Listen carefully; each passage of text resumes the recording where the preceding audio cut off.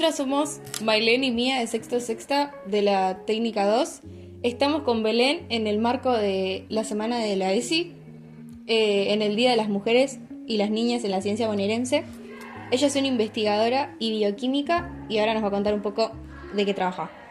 Hola, buenos días a todos. Les cuento que yo estudié en la Facultad de Ciencias Exactas, estudié la carrera de bioquímica, y en el mientras tanto que estaba estudiando en la carrera decidí que me gustaba o que me gustaría experimentar y trabajar en investigación.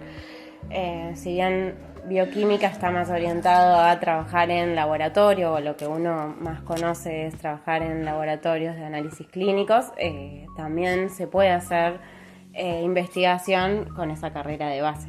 Entonces, una vez recibida, empecé a trabajar en la Facultad de Ciencias Médicas, en la cátedra de Histología y Embriología, y arranqué a hacer mi doctorado ahí en la cátedra.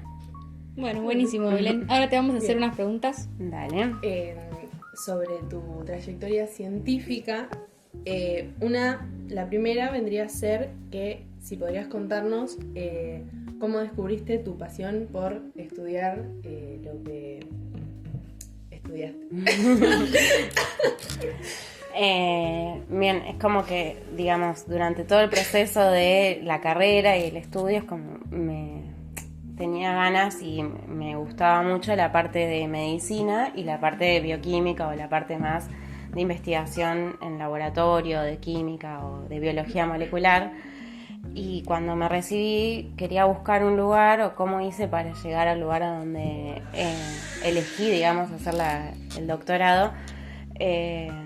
Quería que sea un tema de investigación que tenga algo de medicina, que tenga investigación básica, pero que además tenga una proyección a corto plazo en algo que pueda ser aplicable y que genere una mejora, no sé, para alguna enfermedad o algo que no sea inaccesible y que nunca va a poder llegar a dar un beneficio a la sociedad, digamos. Entonces, ahí fue que me empecé a centrar.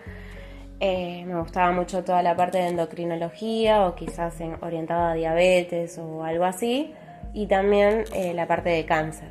Y entonces justo encuentro en la cátedra de histología se estaba arrancando un proyecto que arrancó conmigo, así que fue bastante complejo el inicio, pero que era sobre cáncer. Trabajaban sobre carcinoma renal de células claras y querían empezar a probar la terapia con células madres obtenidas de cordones umbilicales, se llaman células madres mesenquimales, para ver si se podían utilizar como terapia en el cáncer. Entonces, me interesaba por todos lados, lo del cáncer, lo de las células madres, era como que todo me cerraba. Claro. Y así que arranqué ahí a hacer mi tesis doctoral. Bueno, muy interesante, la verdad. ¿Y nos podrías explicar en qué consiste el proyecto de análisis funcional y edición génica del promotor del HLA-G? Muy bien. Bueno, eso es parte de, digamos, de la investigación actual en la que estoy trabajando, pero viene o surgió durante mi tesis doctoral. Yo estudié en realidad el cáncer renal y la importancia de esta proteína HLA-G, que es una proteína que significa, de las siglas en inglés, significa antígeno leucocitario humano G, que es una proteína que se expresa, o que la madre lo expresa en la placenta, para evitar el rechazo del feto, que tiene un 50% de información paterna y 50% de información materna. Si uno no genera todo un mecanismo de inmunosupresión local, digamos, o de tolerancia inmunológica, la madre lo rechazaría como algo extraño. Claro. Entonces, la proteína, su función es esa, estar en ese momento la expresión para evitar que se rechace el embrión. Ahora bien, después en el adulto esa proteína casi no se expresa en los tejidos, y cuando una célula se vuelve maligna, como en el caso de una neoplasia o un tumor, empieza a expresar esta proteína HLA-G y otras proteínas inmunomoduladoras para hacer que el sistema inmune del propio organismo no lo reconozca como algo extraño, como algo maligno y no lo pueda eliminar. Claro. Entonces en ese momento se genera una evasión inmunológica y el tumor puede empezar a crecer y a desarrollarse. Claro. Y la idea es entonces después hacer terapias que ataquen a esa proteína HLA-G como un sistema de inmunoterapia que ahora está en auge, todo lo que es inmunoterapia para el tratamiento del cáncer, digamos. Claro. ¿Y cómo surgió la idea?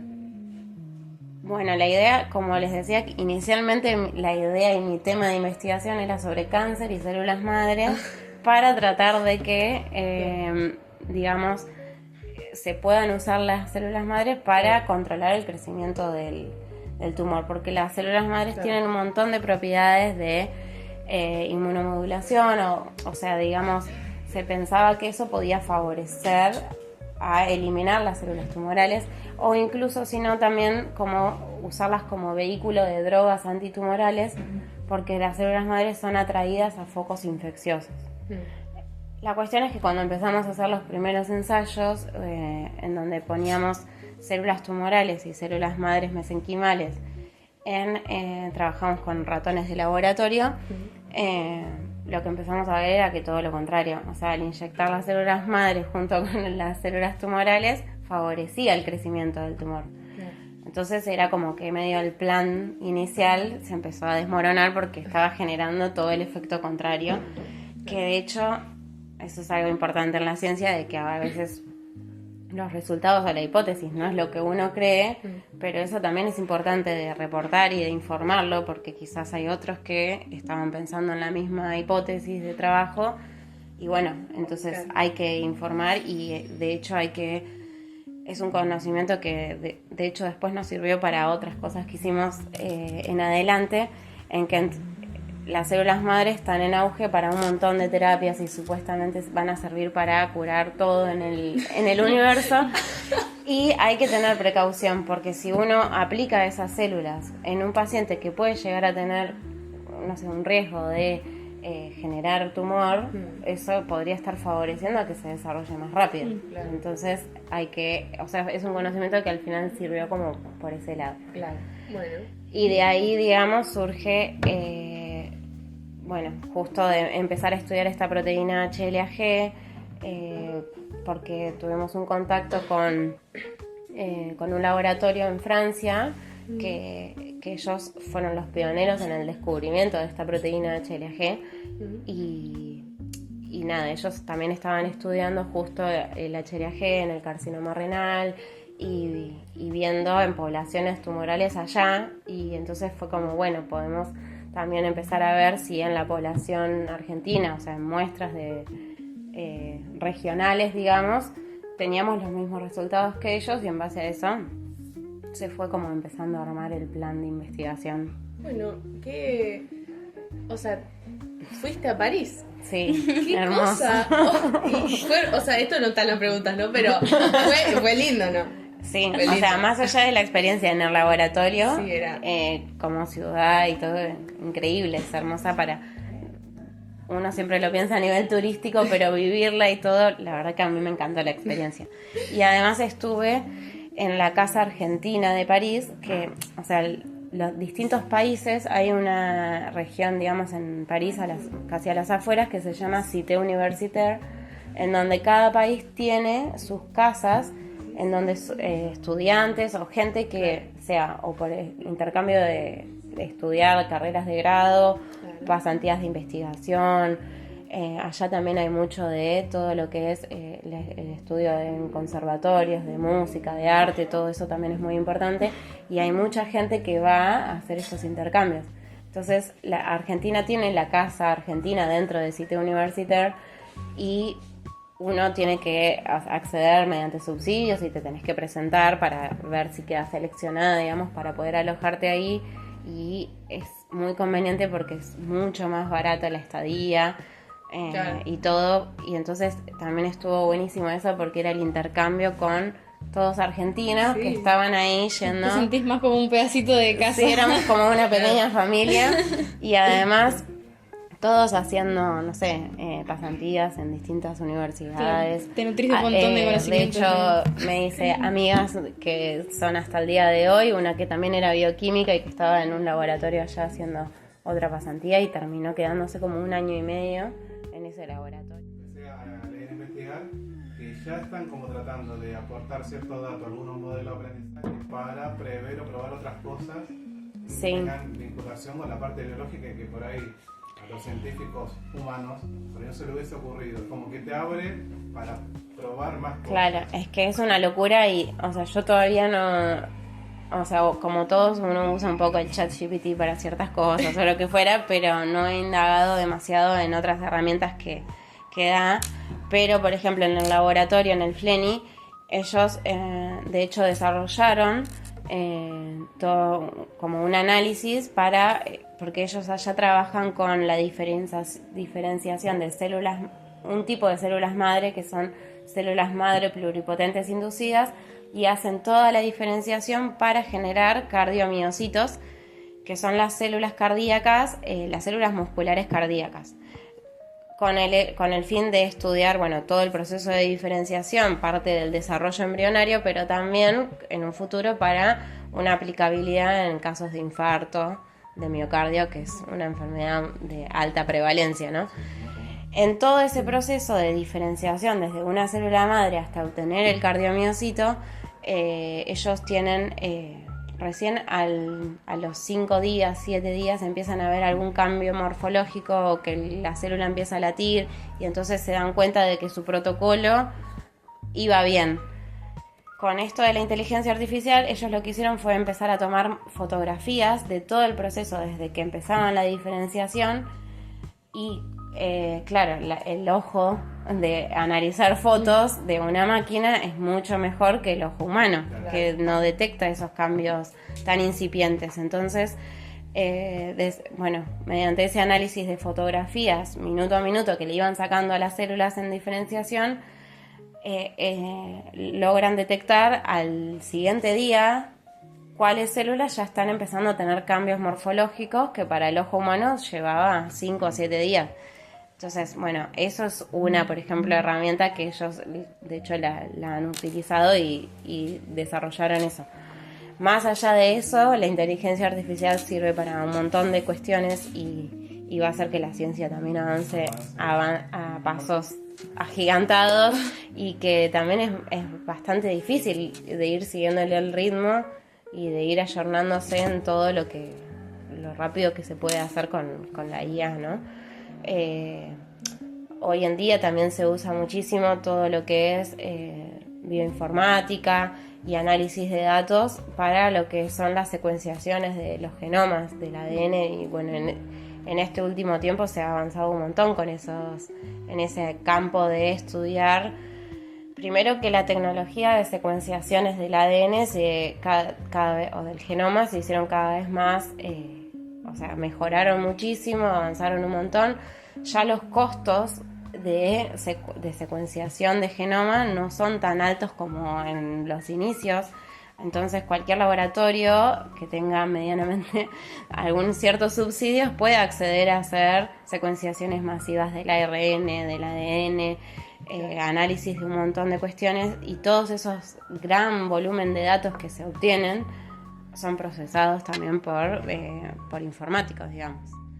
Esto es un tema que quizá a los futuros estudiantes de universidades les podría interesar bastante, o las que incluso ya están estudiando, que vendría a ser respecto a las becas. Bien. Y que sabemos que vos contabas con una del CONICET, y te queríamos preguntar si son todas las becas, si todas las becas son iguales a lo largo de la carrera. Bien, o sea, para hacer investigación, uno después de recibirse, sí o sí necesita acceder a algún tipo de becas para poder financiar, digamos, el estudio de posgrado, que sería el de realizar la tesis doctoral. Entonces, bueno, una vez que me recibí, la primera beca es la beca doctoral, que tiene una duración de 5 años. El CONICET en realidad es el que, digamos, es como la agencia o el consejo que paga, o sea, que le paga los sueldos, que otorga las becas, que paga los sueldos a los investigadores. Entonces, eso es el CONICET, que uno se presenta y obtiene becas doctorales, becas postdoctorales. Una vez que se terminan esos primeros 5 años, tenés que acceder a otra siguiente beca, que es una beca postdoctoral, que en este caso ahora son de 3 años. Y una vez que uno finaliza el proceso de ser becario, debería ingresar a carrera de investigador, que ya sería como un cargo permanente, ¿sí? En que uno pasa a planta permanente de CONICET como investigador. Hay otros también becas que se pueden recibir. Por ejemplo, la Universidad de La Plata también otorga becas para realizar el doctorado. En este momento también va variando mucho según cuestiones económicas de gobiernos o lo que fuera. En este momento las becas de CONICET pagan un poco más que las becas de universidad, entonces uno prefiere, digamos, estar en las de becas de CONICET. Y también hay otras becas privadas que son de agencia, de la SIC, que es el Centro de Investigadores de la provincia de Buenos Aires. También ahí hay becas que dan como para hacer el doctorado. Bueno, en este momento está un poco afectado, digamos, el número o la cantidad de becas que se están dando, que quizás es menor a otros años para hacer el doctorado y el postdoctorado.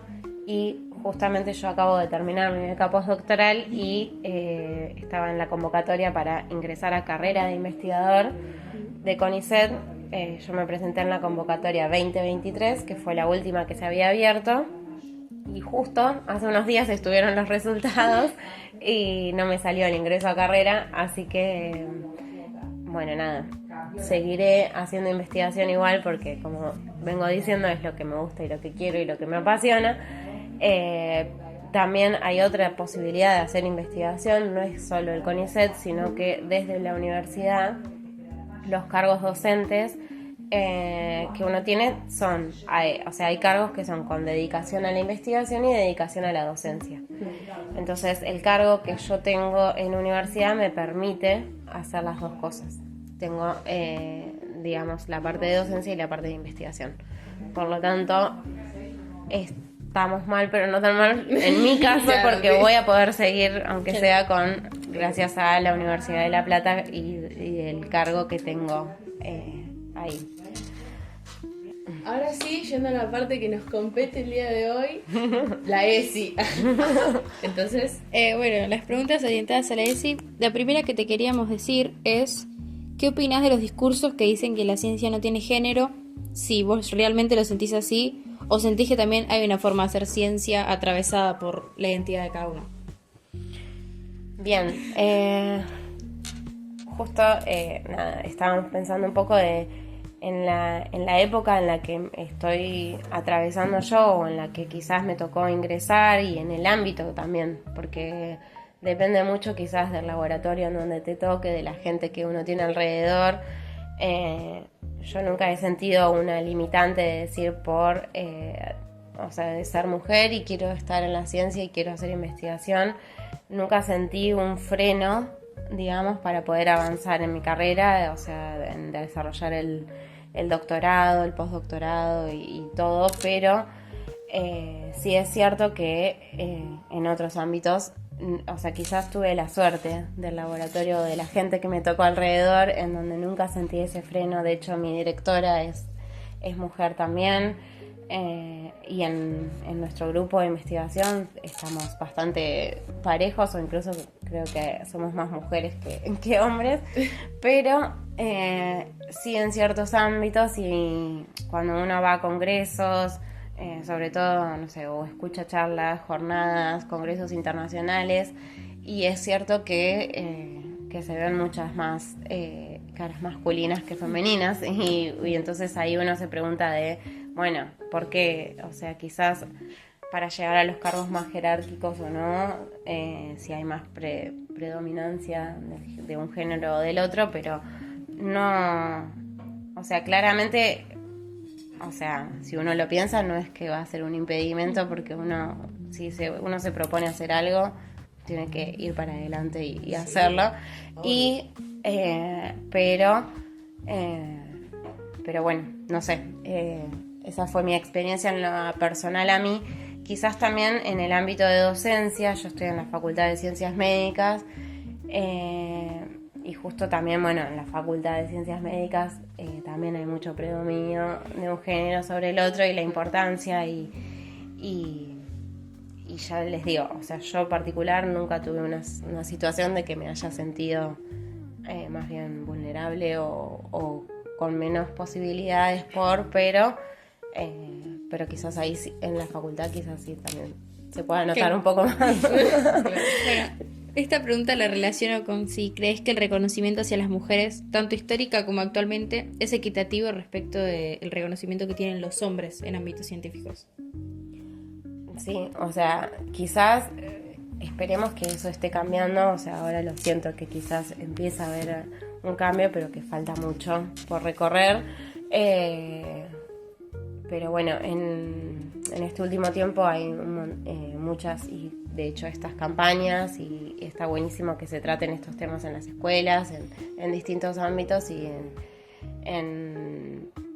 para poder llegar o tener la igualdad de condiciones en ambos géneros, ¿no? En poder llegar.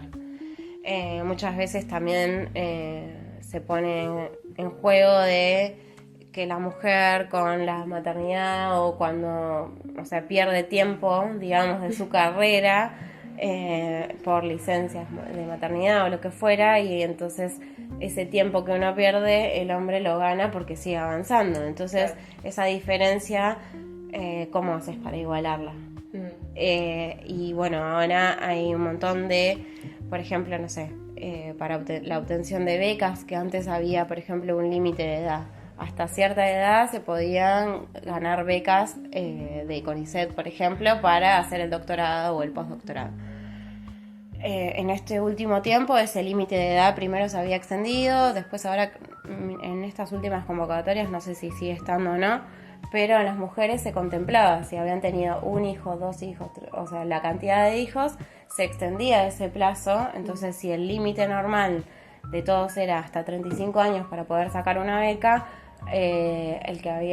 si habías tenido, era 35 y 3 meses, 35 y 6 meses, y así, teniendo en cuenta los plazos de maternidad, por ejemplo. Entonces, esas cosas son las que en este último tiempo están empezando a pasar, y que quizás es justo en la etapa en donde yo estoy. Antes quizás era más complejo. Bueno, y por último, para dar un cierre, queríamos preguntarte ¿qué le dirías a alguien que hoy está en la secundaria y le interesa la ciencia, pero duda de si es capaz de estudiar eso o si es realmente para ellos o no? Bueno, qué pregunta.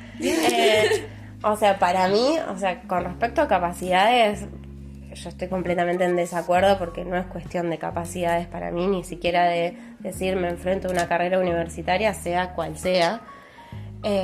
Muchas veces pesa más las ganas que uno tenga, el compromiso con el estudio, que si uno es más capaz o menos capaz. O sea, yo he tenido compañeros en donde quizás eran súper capaces, inteligentes, pero si después uno no se pone realmente a estudiar, no le interesa lo que hace, no le interesa avanzar o dedicarle, por más capaz que seas, uno no va a llegar a ningún lado.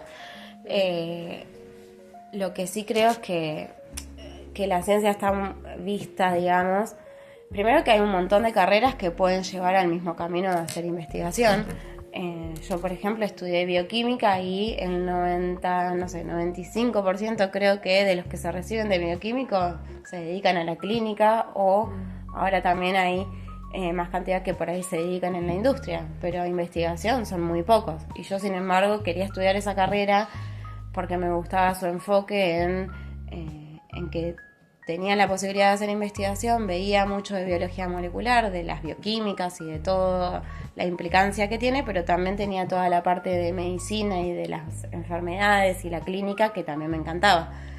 Y entonces, como que era el conjunto perfecto para decir, bueno, es lo que yo quiero para mi formación. Pero la mayoría que hacen investigación hacen biotecnología. ¿Qué? Pero después tengo compañeros que son ingenieros, por ejemplo. Y ahora hay mucho por ejemplo, justo que hablábamos de la inteligencia artificial y todo eso, ingenieros en sistemas o ingenieros, digamos, de otras áreas que son útiles también y que pueden servir en un montón de aspectos para campos de investigación. Claro. Entonces, que también uno vaya por lo que a uno le apasiona. Para estudiar una carrera, yo creo que lo que más importancia tiene que haber es la pasión por lo que uno haga, y pensando a futuro en a qué me voy a querer dedicar. El de por vida quizás ya no es tanto, porque ahora las sociedades van cambiando y no es mucho así de que uno, como antes que decía, estudio esto, trabajo de esto de por vida con eso. Claro. Pero bueno, sí que uno se vea en el mientras tanto de estudiar toda una carrera, y en el después enfrentándose a ese trabajo, si es lo que le va a gustar o no. Bueno, ahora queríamos agradecerte por darnos la oportunidad de entrevistarte y bueno, felicitarte por toda tu trayectoria y tu recorrido. Esperamos que puedas venir en otras oportunidades para seguir contándonos cómo seguís. Bueno, muchas gracias a ustedes por el tiempo, y bueno, espero que les haya servido y que sirva para todos como un mensaje alentador de que se puede estar en la ciencia y hacer ciencia en el país, aunque sea difícil, se puede avanzar. Así que bueno, gracias.